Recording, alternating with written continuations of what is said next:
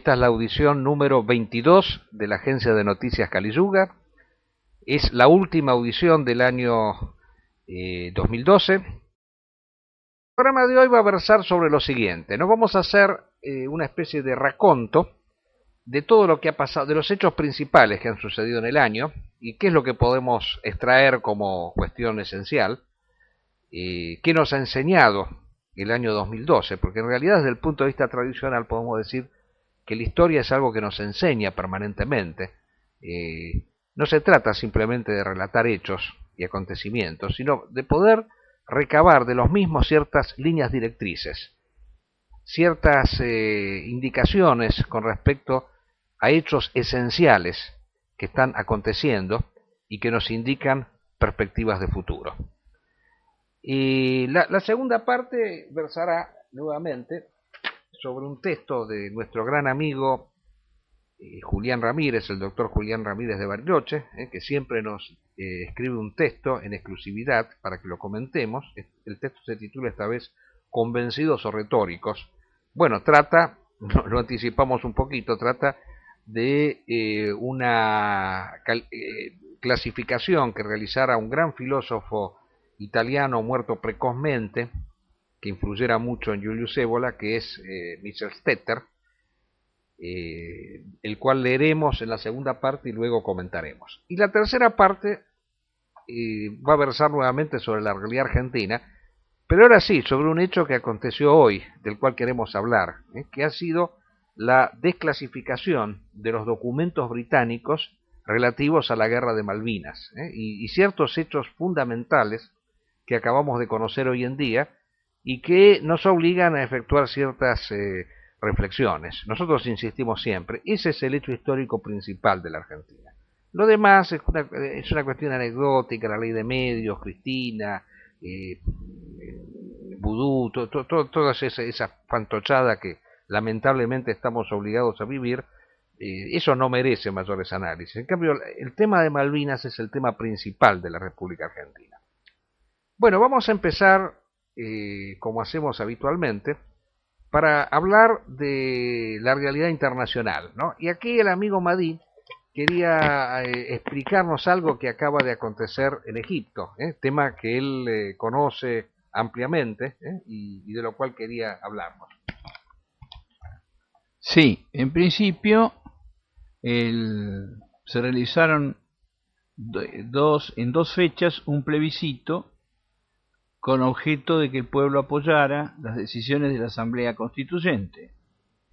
La Asamblea Constituyente había establecido la introducción de la ley islámica, de la Sharia.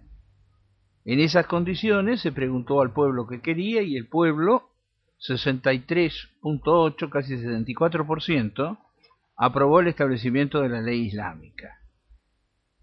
Y este es un hecho importante porque lo propio de un país musulmán es que tenga la legislación islámica. La legislación islámica, lejos de perjudicar a las mujeres, la beneficia, lejos de perjudicar a los que siguen otros cultos, le otorga plena libertad religiosa que no han tenido bajo los regímenes laicos, en líneas generales, los cristianos coptos, para decir con claridad, ni los musulmanes, ¿verdad? Entonces, esta decisión del pueblo de Egipto de incorporarse a la norma islámica, para mí es de gran satisfacción, y las fuerzas que lo propiciaban son las fuerzas que representan la primavera árabe de verdad, y las que representan asimismo, bajo otra forma, la lucha en Siria, puesto que la hermandad musulmana, Al-Qaeda y los grupos que se conocen como salafistas, que luchan en Siria por establecer un emirato, es un sector similar el que acaba de triunfar en Egipto en la imposición de la ley islámica, que para nosotros musulmanes es una exigencia, porque deriva del Corán y del pensamiento del profeta Muhammad. Muy importante la acotación acá del amigo Madí. Yo quiero agregar algo al respecto, ¿no? Egipto es un país africano, muy vinculado, por supuesto, estrechamente con el Medio Oriente, debido a su cercanía con Israel. Recordemos que en la zona del Sinaí limita con Gaza, y allí es donde se desarrollan puntos esenciales del gran conflicto y de la gran lucha en contra del sionismo.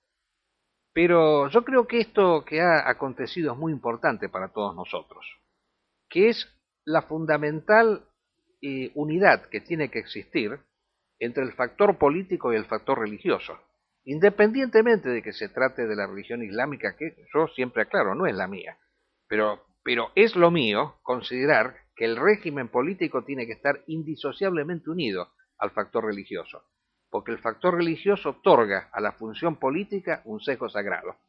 La función del gobernante, ¿cuál es? Es elevar al hombre de su condición de masa, de individuo, a la de persona, de ser espiritual. Y eso lo realizan las grandes religiones. Y así como en Egipto, que es un país musulmán, el Estado tiene que estar asociado con su propia religión, que es el Islam, no debe ser indiferente, como sucede actualmente. Actualmente nosotros en la Argentina vamos para atrás. El Estado ha dejado de ser católico para convertirse en un Estado neutro, laico, un Estado light. Todas las religiones son iguales, todas las religiones ocupan el mismo lugar. Lo único que se puede aceptar es que el catolicismo es más porque tiene más fieles, pero el día que tenga menos, entonces, y si nos ponemos a analizar, cada vez son más los evangélicos, ¿no? Y cada vez van a ser menos los católicos. No, la religión es algo más importante que una cuestión numérica de conciencias. Es un ente formativo y está íntimamente asociado con el Estado. Entonces, esto que ha sucedido en Egipto es muy importante desde el punto de vista de la guerra de civilizaciones. ¿Por qué esta guerra de civilizaciones qué es? Aquí tenemos que darnos cuenta de lo siguiente. El Occidente fue el que invadió el Oriente y el África. El Occidente fue el que desarrolló una guerra colonial en contra de estos países con una finalidad económica principalmente. Porque Inglaterra, ¿por qué colonizó? Para sacar materias primas a fin de desarrollar hasta las últimas consecuencias su revolución industrial, su revolución tecnológica, su mundo consumista. Entonces, no tuvo empacho alguno Inglaterra, y Francia también que se la acopló, y aún tengo que decir, lamentablemente, Italia, la Italia fascista. Hoy estábamos debatiendo en un foro con el amigo Alcántara, que siempre estamos debatiendo con él, con respecto a si estuvo bien o mal que Italia se rolara en la guerra colonial. Muy mal, porque esas naciones tenían derecho de desarrollar sus propias tradiciones, y el colonialismo ¿qué le trajo? Le trajo democracia, le trajo consumismo. Llegaron a colonizar la India, que era una sociedad tradicional. Considerar que Inglaterra es más que la India es un disparate pero absoluto.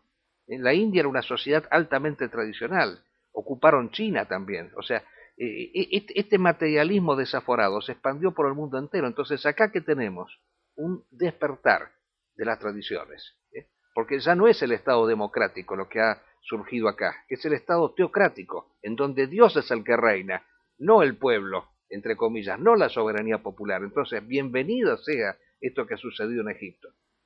Y bien, podemos agregar lo que ha sucedido en Siria. ¿Tenemos algo que decir con respecto a Siria? ¿Quieren ustedes comentar algo con respecto a lo que ha pasado en Siria? Yo tengo algunos datos para aportar. El régimen está en las últimas porque ya se han alcanzado los suburbios de Damasco.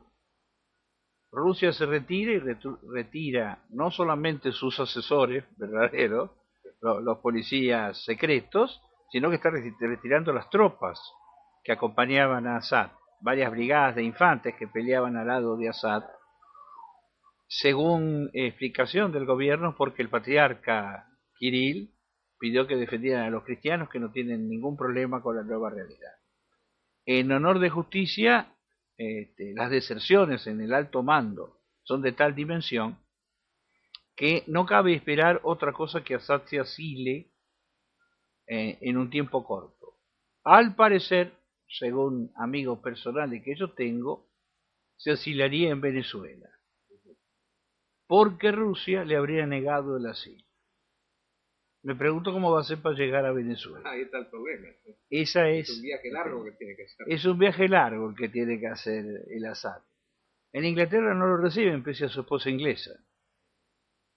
Le han expropiado los bienes, lo mismo que pasó con Gaddafi. No hace falta decir que las necesidades europeas son mucho más de dinero que de tener asilados personajes de esta envergadura. Aparentemente debe ir rumbo a Venezuela en los próximos días. Venezuela le daría asilo, aunque no creo que se presente con la mano vacía tampoco.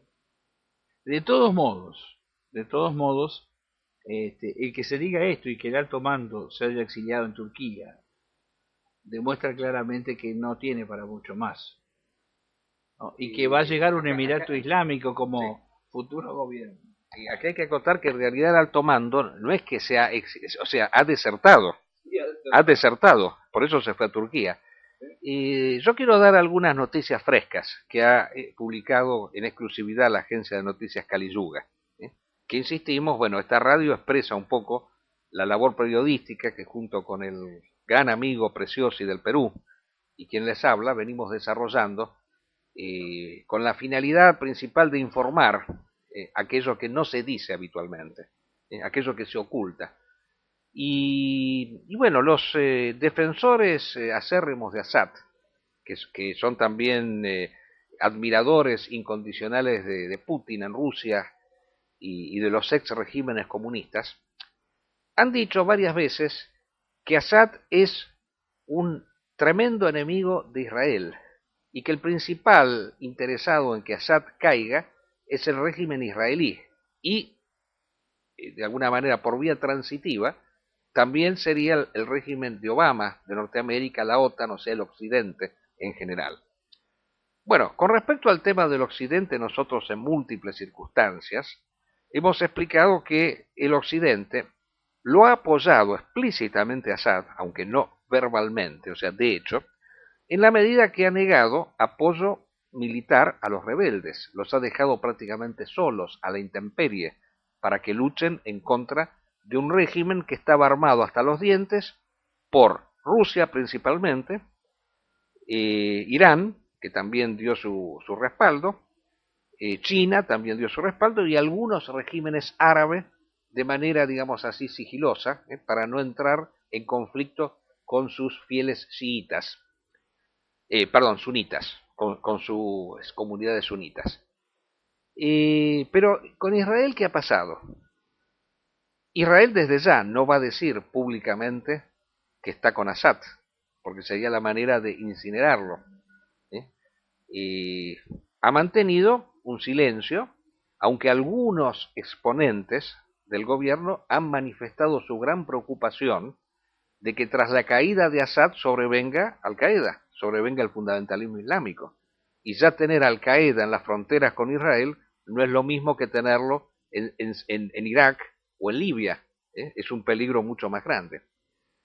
En estos días ha sucedido algo que nosotros queremos resaltar.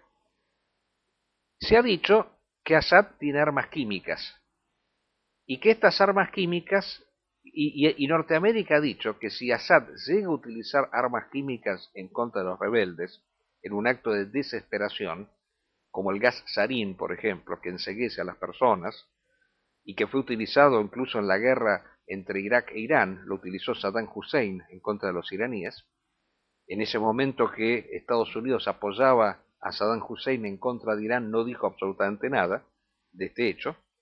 Y varios testimonios manifestaron que ya Assad empezó a utilizar ese gas en contra de los rebeldes. En determinadas zonas lo ha utilizado. Pero henos aquí que Israel acaba de anunciar públicamente que de acuerdo a sus fuentes de información, Assad no ha utilizado ese gas, que son mentiras que lo ha usado. Entonces, es una manera clara de estar diciendo, no intervengan en Siria, dejemos que el gobierno se siga defendiendo, porque un poco Assad no es que se quiera ir, o sea, tengamos presente lo siguiente, si se va a Assad es porque, digamos así, no tiene más remedio que irse, pero él está dispuesto hasta último momento a resistir, y está dispuesto a utilizar las armas que sean, para mantenerse en el poder. Y aparentemente Israel estaría dispuesto a sostenerlo hasta las últimas consecuencias. Esa es la última arma y el último apoyo que tiene el régimen de Assad. Eso es lo interesante. Parece lógico que Israel lo sostenga. puesto que lo que puede venir es peor que lo que hay. Si bien Assad no era del corazón de Israel, en este momento es del corazón de Israel porque es la mejor alternativa que tiene. Y no es seguro que Israel conserve las alturas de Golán con un nuevo gobierno, aunque no sea inmediato. La verdad es que la mejor alternativa para Assad es Israel. Pero ¿cómo haría Assad para ir a Israel y cómo haría Israel para recibirlo de asilado? No, eso no Eso sería un tanto complicado. Por eso, la lógica indica que escoja un lugar en América Latina. Ahora, insisto, que el viaje de locos, ¿qué perspectivas tiene? Y si él pretende resistir hasta el último momento, lo cual es probable, ¿no es cierto? Porque ha demostrado más energía que la que todos pensábamos, porque hay que reconocerle que se ha sostenido, pese a que todo el mundo supuso que al primer tiro escapaba. La verdad que no era el nene de papá, la verdad que sí tenía cualidades, así sea de terrorista de Estado, pero tenía cualidades, tenía el coraje de perseverar, de seguir la lucha. Digamos así, la traición en el seno de su régimen, que se basa en la traición precisamente, es de tales niveles que no se ve cómo él pudiera subsistir. Hasta dónde hay fieles, ¿no es cierto?, de Assad, porque los hombres principales del aparato policíaco militar se han marchado ya.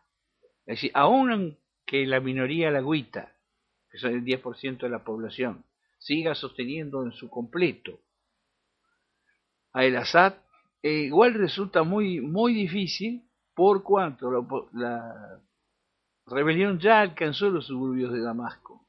Su situación es excesivamente complicada y no tiene mucho tiempo y mucho camino para escapar, por más respaldo que exista, por que más que use el gas sarín, por más que Israel le preste los mejores elementos que seguramente ya se los ha prestado, porque no debiéramos suponer que Israel no lo ha ayudado. Seguramente sí, porque la opción es difícil entre el aceite y la sartén, pero de cualquier manera parece que conviene estar en el borde del sartén todavía. Y sí, yo insisto, Assad tiene una ventaja con respecto a los anteriores que no la tuvo ni Mubarak, ni la tuvo Gaddafi, y menos todavía la tuvo Ben Ali, que es el apoyo directo y militar de una potencia extranjera, en este caso Rusia. Rusia ha comprometido todo su prestigio en el mantenimiento del régimen de Assad. Y el hecho de que Rusia haya enviado ya barcos para retirar a sus ciudadanos, que son muchos que están en Siria en estos momentos, es un signo llamativo. Y el hecho de que también Rusia haya invitado al sector rebelde a debatir con respecto al día después de la salida de Assad, también es un hecho importante, porque está manifestando ya claramente cuál es el final de este régimen. Bueno, yo creo que el tema lo hemos agotado, no sé si alguno de ustedes quiere agregar algo más. Yo creo que podemos hacer una síntesis de lo que ha sido este año, después de haber marcado las características principales. Este año que, como bien sabemos, ha terminado con el triunfo electoral de Obama, este año en el cual la guerra de civilizaciones ha llegado a límites mucho más extremos, ya se habla como un hecho concreto del futuro gobierno talibán en Afganistán. Y tenemos que mencionar también que el año termina con la rebelión sunita en Irak, en donde hay grandes manifestaciones en contra del régimen de Maliki. Hoy en día mismo hay una gran manifestación en la ciudad de Ramadi en contra del régimen de Maliki. Pero yo creo que hay una característica fundamental que ha marcado el 2012 y que ha puesto en evidencia cuál es la estrategia final que tiene Norteamérica, o sea, un poco el signo de los tiempos. Esto lo hemos leído en estos días, cuando al analizar lo que está pasando, por ejemplo, en un país como Yemen, del cual se habla muy poco, nosotros hemos podido saber que en Yemen, en donde la guerra continúa, insisto, no se habla solo de Siria, se habla solamente de Afganistán, y los famosos bombardeos inteligentes, los famosos drones utilizados por Obama, se han incrementado en el año 2012 en un 1000%. De 4 ataques efectuados mensualmente por Obama en el año 2011, pasaron a 40 en el 2012. Esto es un signo claro, indudable, de que Obama está convencido de que frente al fundamentalismo islámico no valen de ninguna manera los ejércitos, no valen las invasiones militares. Él cree, y en eso ha, digamos así, depositado a la totalidad de su estrategia, de que esto se resuelve simplemente con estos ataques terroristas, porque yo quiero explicar un poco lo que son estos ataques. Son ataques selectivos dirigidos hacia determinados lugares en donde se dice que hay dirigentes de Al-Qaeda, y que se encuentran, por supuesto, en distintas localidades. Estos ataques traen estas consecuencias, tal como hemos dicho. Los dirigentes de Al-Qaeda o los talibanes no están solos, están con sus familias, y las familias viven en pueblos, en aldeas, en ciudades. Entonces, cada vez que un misil inteligente impacta en un lugar donde se presume que hay un miembro de Al-Qaeda, mueren en grandes cantidades civiles, mueren personas inocentes. Nosotros hemos dicho que aproximadamente en cada uno de estos ataques, nada más que el 10% de los que mueren se puede asegurar que son talibanes, aunque tampoco hay una certeza absoluta de que sean los dirigentes principales. Bueno, esto es un genocidio, hay que decirlo abiertamente. Esto es un genocidio. Esto es, digamos así, una matanza indiscriminada de personas, y que es celebrada por el señor Obama, tal como nosotros hemos visto en su momento cuando se efectuó un acto similar, esta vez con ataques efectuados por una agrupación seleccionada en contra del lugar en donde se encontraba Osama Bin Laden, que fue asesinado y luego su cuerpo fue lanzado en el océano. Este hecho nos recuerda un poco acá en la Argentina lo que ha sucedido en la época del gobierno militar, en donde las personas contra las cuales se luchaba eran muertas así de esta manera, utilizando estos procedimientos de guerra sucia. Esto es una guerra sucia, hay que decirlo abiertamente, pero con la única diferencia de que los que hacen esto son premiados. El señor Obama recibe un premio Nobel por hacer esto. No es condenado por los tribunales de los derechos humanos. Quiere decir, ha quedado perfectamente en claro, que la temática de los derechos humanos es una patraña utilizada exclusivamente para presionar a las naciones, para mantenerlos en un estado de permanente sometimiento, de permanente postergación, porque acá en la Argentina se ha utilizado el tema de los derechos humanos más que para efectuar un acto de justicia, para destruir a nuestras Fuerzas Armadas. Esa es la realidad. Esa es la realidad. O sea, se ha querido desmoralizar y destruir a las Fuerzas Armadas a través de la excusa de los derechos humanos. Las Fuerzas Armadas en la Argentina actuaron equivocadamente en la guerra en contra del marxismo. Porque la guerra en contra del marxismo era una guerra justa, una guerra que se tenía que haber hecho y que era lógico que se hiciera. Pero el error principal en la guerra en contra de la subversión marxista que nosotros tuvimos acá en la Argentina fue considerar que el eje principal pasaba por el camino militar. Es un poco la misma idea que tiene el señor Obama. Él cree que matando selectivamente a ciertas personas se termina con el fundamentalismo islámico. Y todo lo contrario, el fundamentalismo islámico va a ir creciendo, se va a ir multiplicando, tal como ha sucedido en estos días. O sea, esta chispa de la revolución de la primavera árabe se ha expandido prácticamente por la totalidad del continente. Por todas las regiones, no hay país en donde no se esté desarrollando la primavera árabe. África hoy en día es un polvorín. Cada día que nosotros analizamos las últimas informaciones, nos enteramos de un nuevo país africano que ha entrado en crisis. La democracia occidental hoy está en crisis. Y podemos avanzar, está en crisis en estos países que son los países, digamos así, periféricos, que han padecido más los avasallamientos del sistema capitalista mundialista, pero también está en crisis en los mismos centros del poder, está en crisis en Europa, está en crisis en Estados Unidos. O sea, esto es un fenómeno global. Entonces, el año 2013, ¿qué nos va a mostrar? Nos va a mostrar una aceleración de estos acontecimientos. La guerra de civilizaciones se va a profundizar más todavía. Vamos a tener más frentes de batallas. O sea, yo estoy íntimamente convencido de que este sistema va a fenecer. De que así como cayó el comunismo, que fue la primera etapa, caerá también el imperialismo norteamericano, caerá también Estados Unidos, caerá también el occidente materialista infiel. Y nosotros tenemos la esperanza de que la revolución islámica que hoy se está dando en el mundo musulmán, en Oriente y en África, pueda también expandirse en otras regiones, en China con el budismo y en Europa con el catolicismo. Esa es la gran esperanza que yo tengo.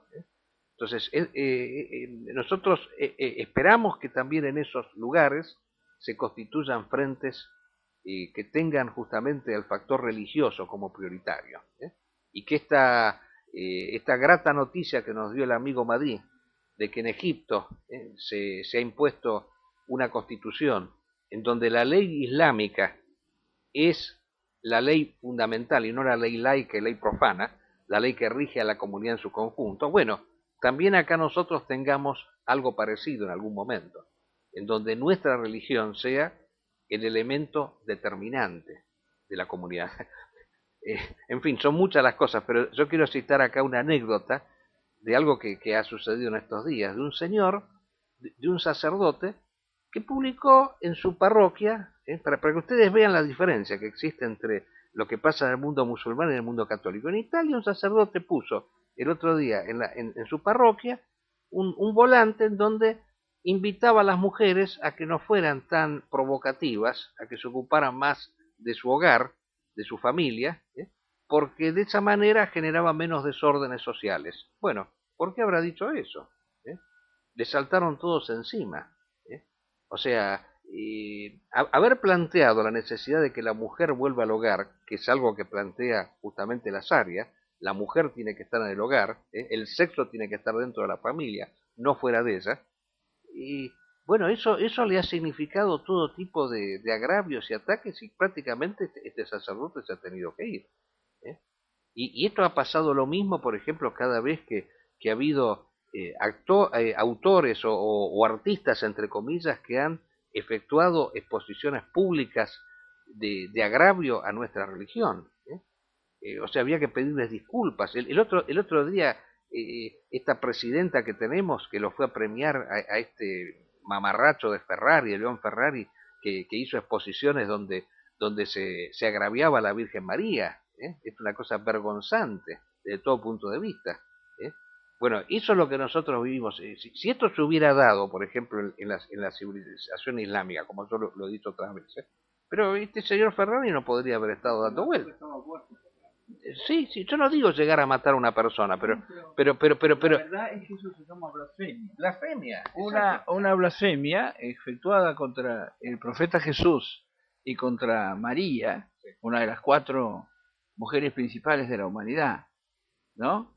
La única que da nombre a un hombre, Isa ibn Mariam, ¿verdad? La condena es única por blasfemia, es pena de muerte para Ferrari. Pero usted imagínese cómo debe ser de blasfemia para el catolicismo, en donde Jesús no es un profeta, es Dios. Entonces, agraviar a Jesús es agraviar a Dios, no agraviar a un profeta de Dios.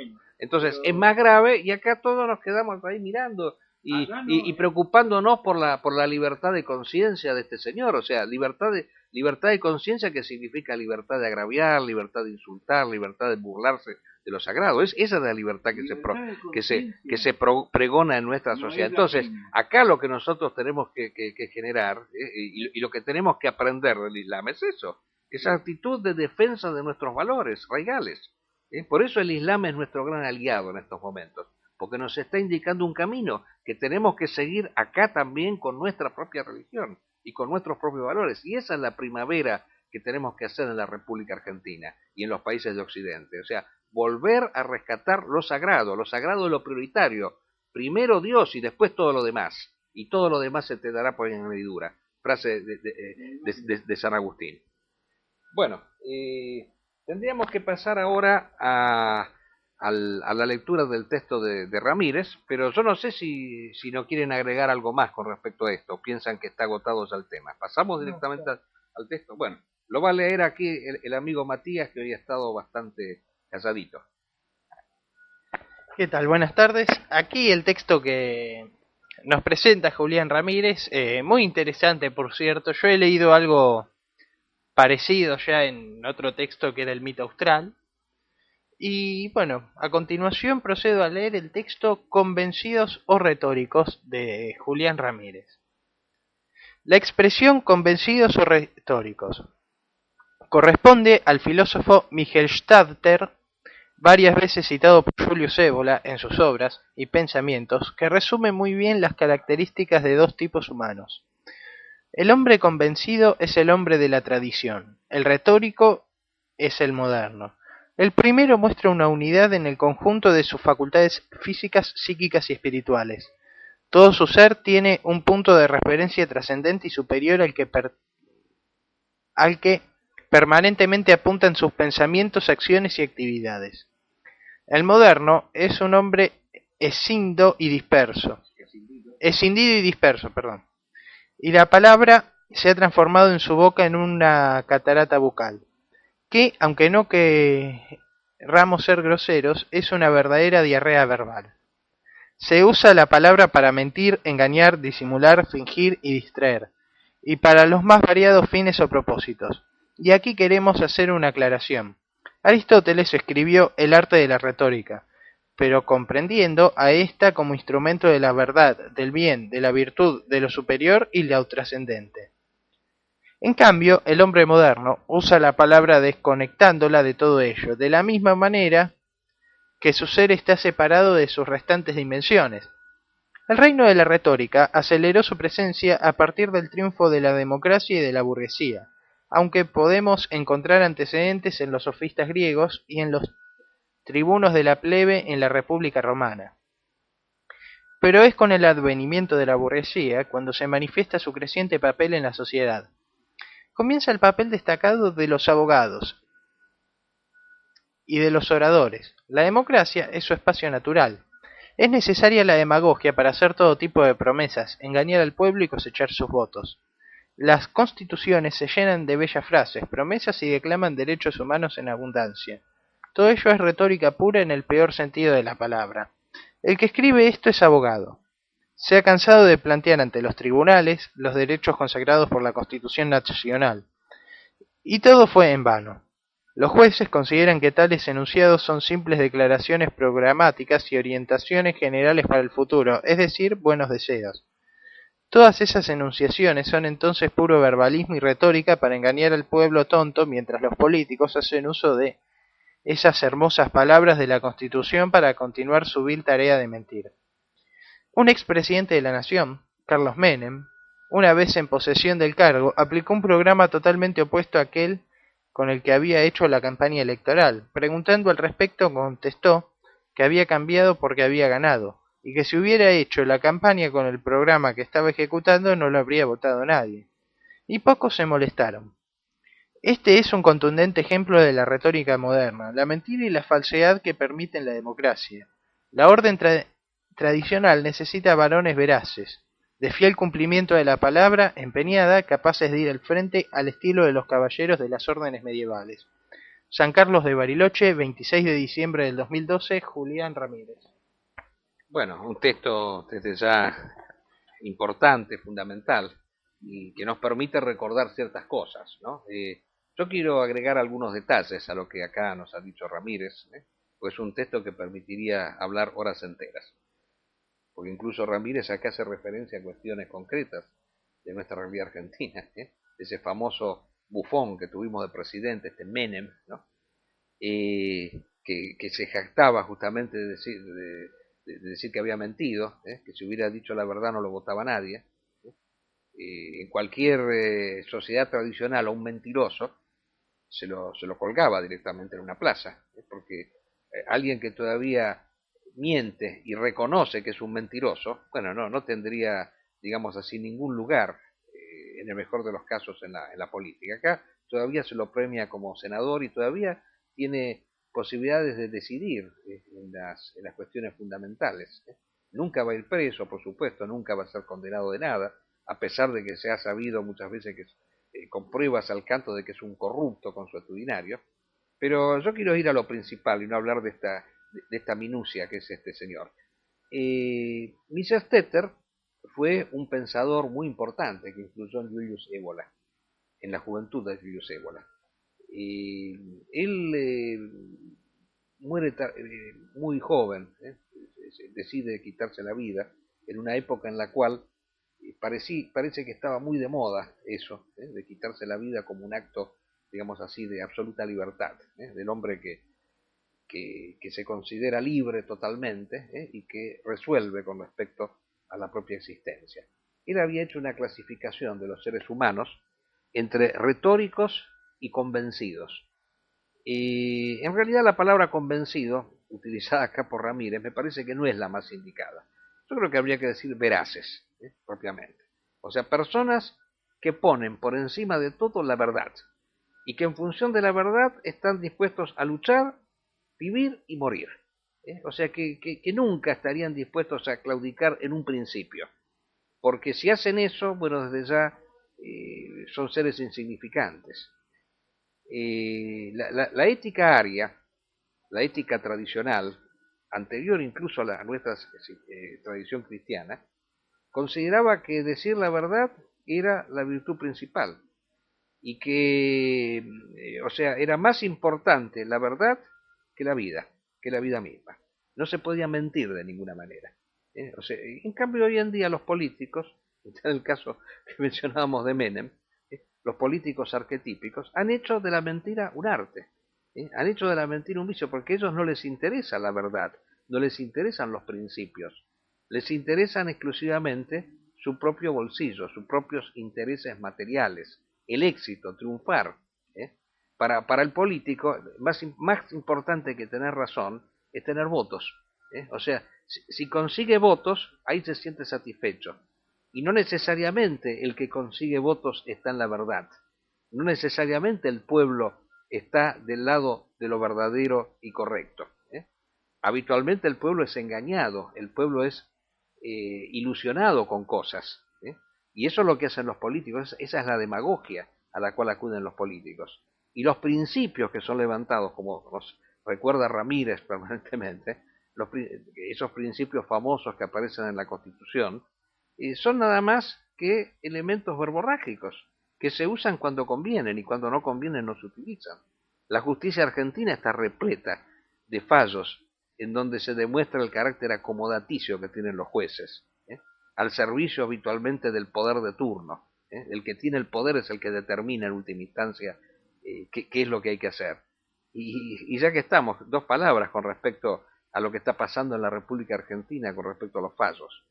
El Poder Judicial siempre ha marchado paralelo y determinado por el poder político. Nunca ha sido distinto acá en la Argentina.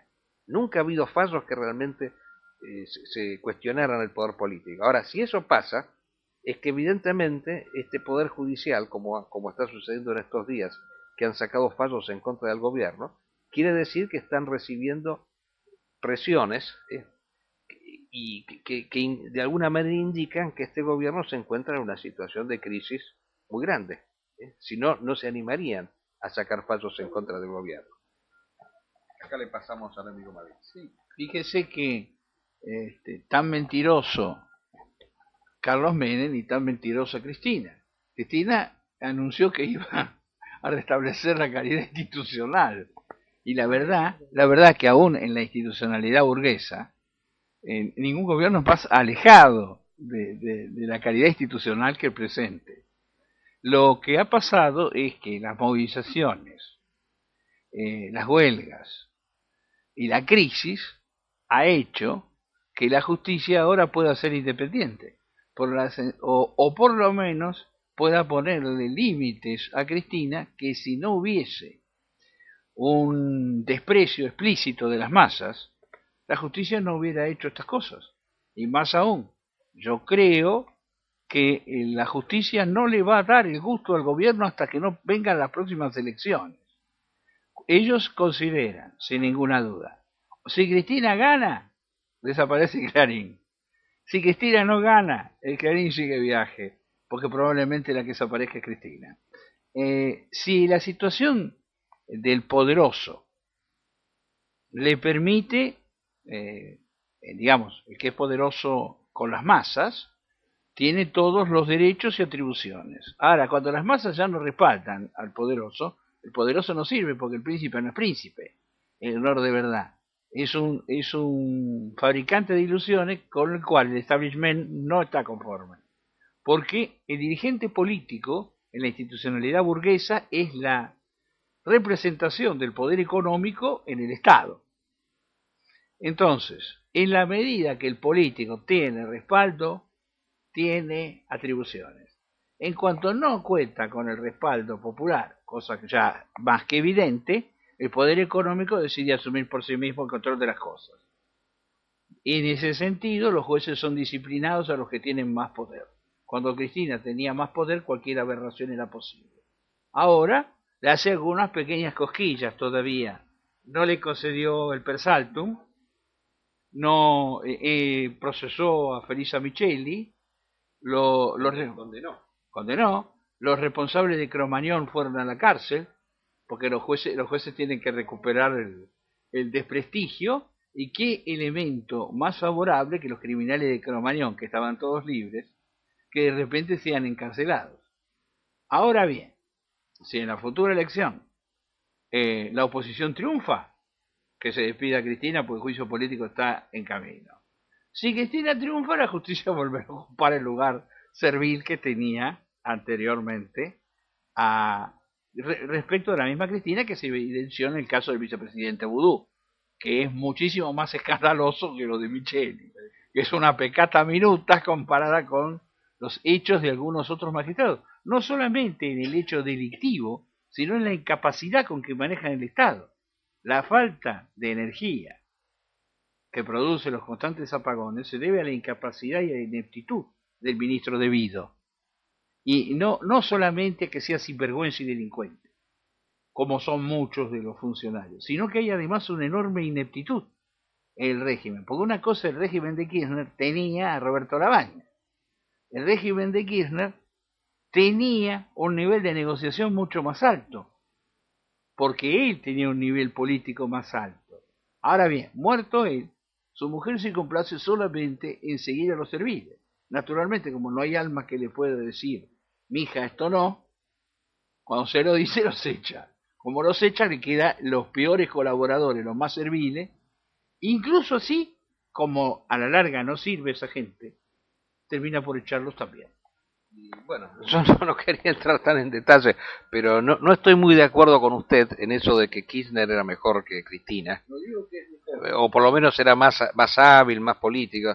No, yo creo que en última instancia eran exactamente lo mismo. Lo que pasa es que, como usted dijo muy bien, la crisis ahora es mucho mayor, ¿eh? Entonces no puede manejar las circunstancias como antes. Y de hecho, bueno, yo también yo tengo mi teoría, o sea, el régimen ya estaba deshecho y tuvo de alguna manera un gran salvavidas que fue la muerte de Kirchner. Eso fue un salvavidas porque el argentino, lamentablemente, es un pueblo muy sentimental, muy impactado por cuestiones así emocionales, sensiblero, diría que no, y le pasó algo parecido a Menem cuando se le murió el hijo en ese accidente, que le hizo ganar las elecciones. No sé si usted se acuerda de ese detalle. Cuando se le muere un hijo en un accidente aéreo, que muere por otro lado en circunstancias muy misteriosas, porque yo estoy muy convencido de que a ese hijo se lo mataron porque él no cumplió con ciertos compromisos que había asumido en la financiación de su campaña con cierto gobierno extranjero, y entonces en venganza le liquidan al hijo. Ahora, dejando de lado este detalle que sería muy largo de comentar aquí porque nos extravía del tema, indudablemente el pueblo argentino es un pueblo sentimental, emotivo, entonces eso impactó psicológicamente, porque inclusive hasta se midió en las encuestas. El gobierno en ese momento, antes de que muriera Kirchner, tenía un índice de popularidad muy bajo, y de repente pudo llegar al 54% y ganar las elecciones. Por supuesto que también la oposición ayudó, eso desde ya, nadie lo va a negar, pero el tema fue ese, no es que uno fuera mejor que otro, ni mucho menos, las circunstancias han sido distintas. Bueno, eh, nos quedan unos minutos de programa y yo quiero dedicarlo al tema principal de la Argentina, que es, como decía al comienzo, la problemática de la guerra de las Malvinas. Y esa es la problemática principal, porque podemos decir que hay en la historia argentina un antes y un después de la guerra de las Malvinas. Hasta desde el punto de vista fáctico, los demócratas opinan igual, porque dicen que gracias a que la Argentina fue derrotada en Malvinas, hoy tenemos democracia. Eso lo reconocen los demócratas. Y no fue una casualidad. Al poco tiempo vino la democracia, porque hubo un golpe de Estado en la Argentina. Muchas veces se ignora ese detalle. El mando militar estaba dividido en dos bandos. El que consideraba que la revolución había que hacerla y llevarla hasta las últimas consecuencias. Por eso hizo la guerra de Malvinas, aunque con elementos así tremendamente imperfectos. Y los otros que querían, en cambio, con Videla a la cabeza, sanear la democracia. Recordemos, el proceso militar no se hizo para terminar con la democracia, que eso es lo que realmente se necesitaba en la Argentina, sino para sanearla. Una democracia sana que para nosotros, obviamente, recién hablábamos de algo serio como la primavera árabe, y la democracia es imposible que sea sana, porque toda democracia es una enfermedad, es un régimen enfermo, la democracia, porque parte de principios falsos, parte del principio de que el pueblo es soberano y que puede gobernarse a sí mismo. Y eso está demostrado que no es así. Y cada vez que la democracia, digamos así, muestra crisis, muestra ineficiencias, muestra imperfecciones, los demócratas, que son como sacerdotes muy fieles a esta religión, consideran que esto se resuelve con más democracia. De la misma manera que un fiel piensa que se necesita rezar más para que Dios no sea, nos consienta en lo que nosotros le solicitamos. Se necesitan muchas plegarias, entonces se necesita votar mucho, se necesita que todos voten, etcétera. Entonces, volviendo a la temática de Malvinas, esta guerra, claro, es algo que nos ha tocado a todos, la sensibilidad, no tanto porque nos interese el territorio malvinero, no tanto porque nos interese la propiedad de esas islas, sino porque lo que a nosotros nos interesa principalmente es ese gran desafío histórico que es la derrota de aquel imperio que ha postergado a la República Argentina y ha evitado que nosotros siguiéramos con nuestra propia tradición, la tradición que se instaurara desde la época de la colonia, que siguiera con Rosas y que fuera interrumpida abruptamente con, en la batalla de Caseros, de la cual estábamos hablando nosotros antes de iniciar el programa, y que luego, bueno, el liberalismo fue socavando constantemente hasta que emergió de repente ese espíritu argentino con la guerra de las Malvinas, en donde se plantearon una serie de principios importantes, que lamentablemente, esos principios que tenían, entre otras cosas, el factor religioso como prioritario, esa guerra se hizo como cruzada del Rosario, principalmente, esa guerra se encontró con una serie de inconvenientes, con una serie de actitudes que no estuvieron a la altura de los principios, y hoy yo quiero mencionar aquí un hecho que tiene que a nosotros llevarnos a efectuar una reflexión. Se han desclasificado por primera vez, porque se han cumplido 30 años del acontecimiento, los documentos secretos del lado británico de la guerra de las Malvinas. O sea, y se han comenzado a poner en conocimiento una serie de hechos, que los vamos a ir conociendo en estos días de a poco, pero alguno es muy significativo. Y yo quiero mencionar uno en particular. Se ha sabido que la señora Margaret Thatcher en persona fue la que ordenó el hundimiento del crucero General Belgrano, y que eso aparentemente lo habría hecho en un almuerzo. ante un estado de, digamos así, desorientación con respecto a cómo se podía llevar a cabo esa guerra.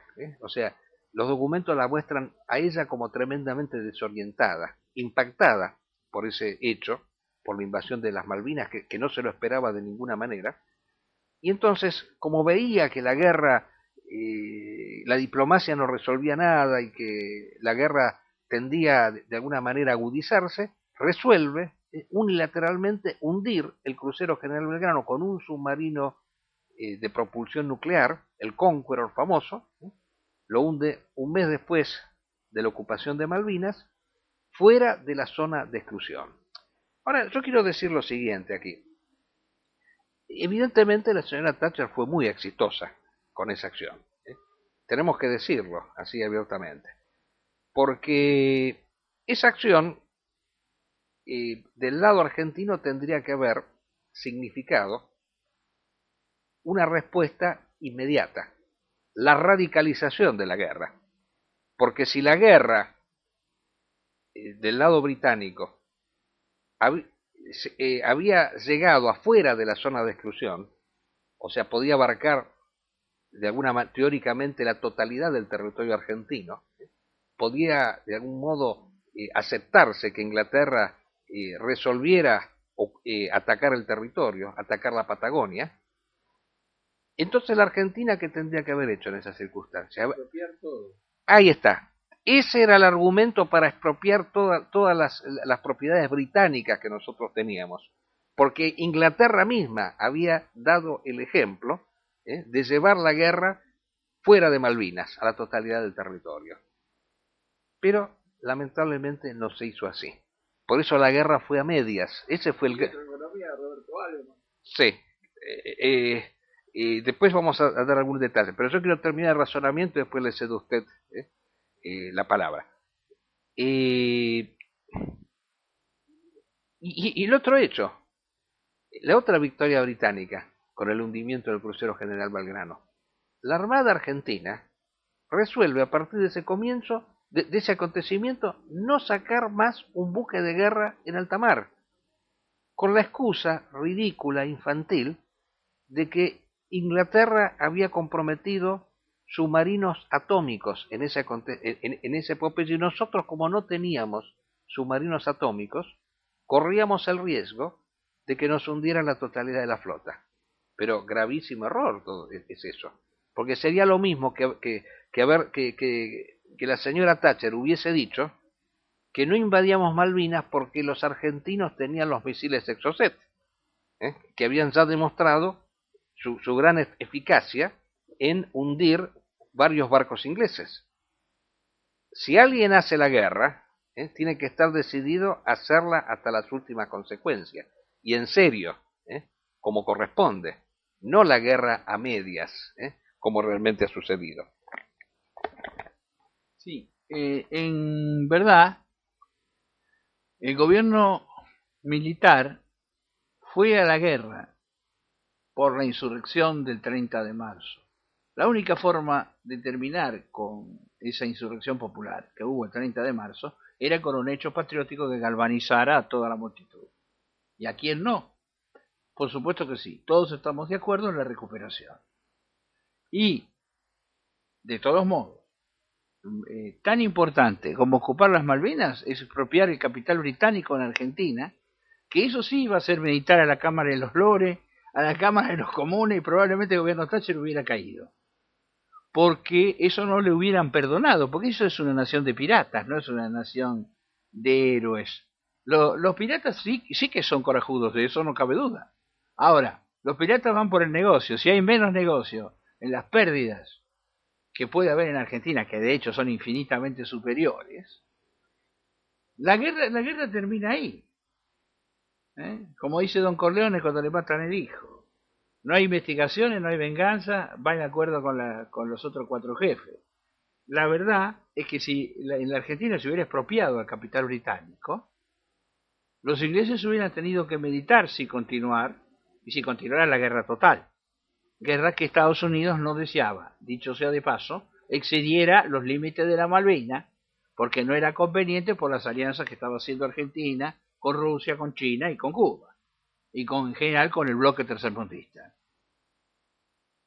Bueno, lo corrijo en un pequeño detalle. Evidentemente sí, hubo unas manifestaciones el 30 de marzo, que murieron creo que 2 personas, menos de las que murieron ahora en Rosario, y puede ser, sí es factible que indudablemente el general Guertieri pueda haber querido utilizar ese acontecimiento para de alguna manera sosegar un poco la situación política, pero yo creo que la sustancia histórica del hecho trasciende enormemente ese digamos así, detalle, sí, está bien, ese detalle minúsculo, y agrego también que si hoy la señora Cristina Kirchner o cualquier gobernante quisiera hacer algo parecido, sería prácticamente imposible con respecto a las Malvinas, porque en ese momento, y por eso fue una decisión adecuada ocuparlas, la guarnición británica era de 30 soldados exclusivamente.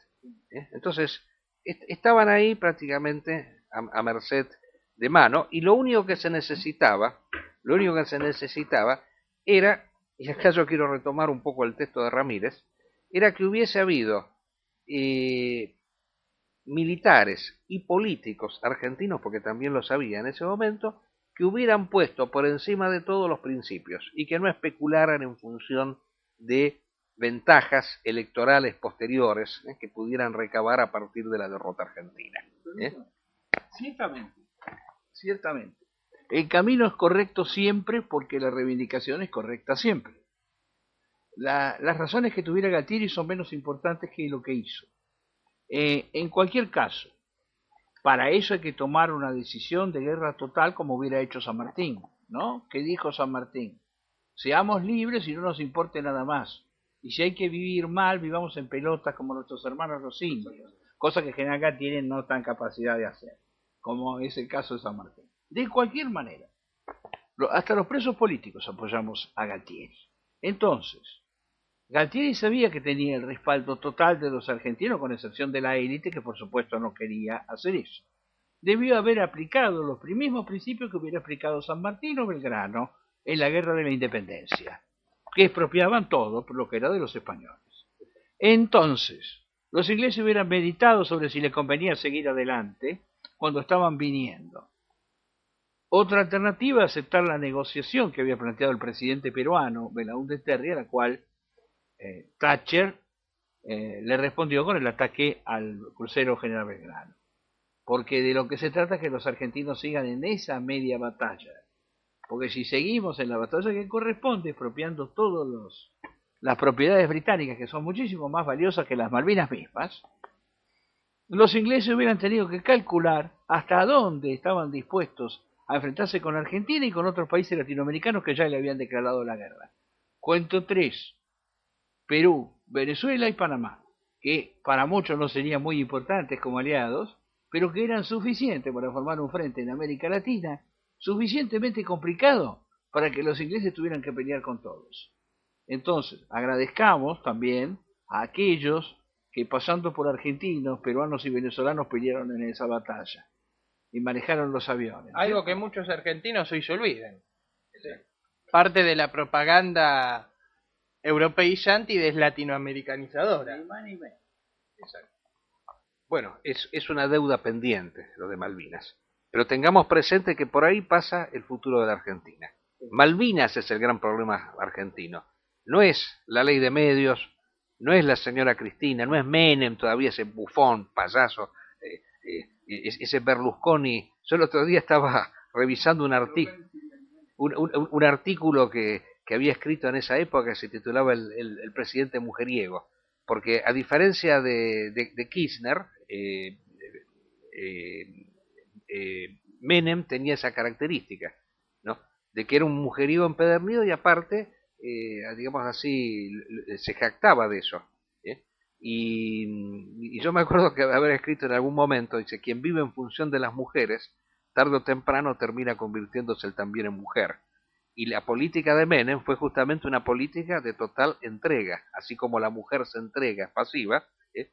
Menem era el que solía decir que con respecto a Norteamérica nosotros nos encontramos en relaciones carnales, sometidos prácticamente.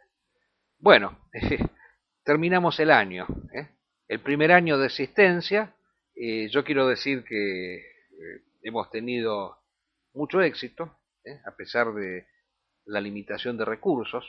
Diariamente nosotros recibimos comentarios de personas que escuchan la radio. Por supuesto, tenemos que modificar muchas cosas, estamos siempre dispuestos a mejorarnos, queremos escuchar a veces consejos de los que saben más. Somos personas que se han iniciado en esto. Tenemos conocimientos, pero nunca habíamos tenido una radio. Es la primera vez. Y tenemos que, bueno, reconocer que la tecnología nos ha permitido, digamos así, poder hablar alguna vez por radio, porque nunca lo hemos podido hacer nosotros por las ideas que tenemos.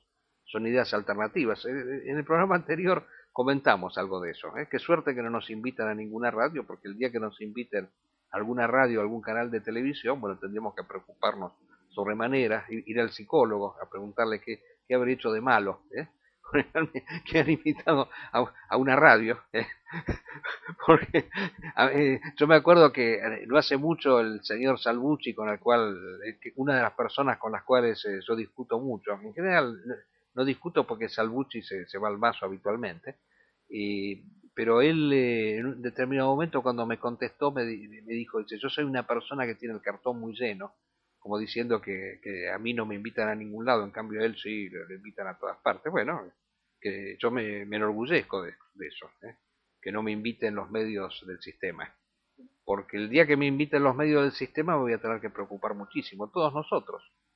Pero gracias a Dios que hemos podido crear este espacio. Este es el único espacio alternativo donde se dice absolutamente la verdad.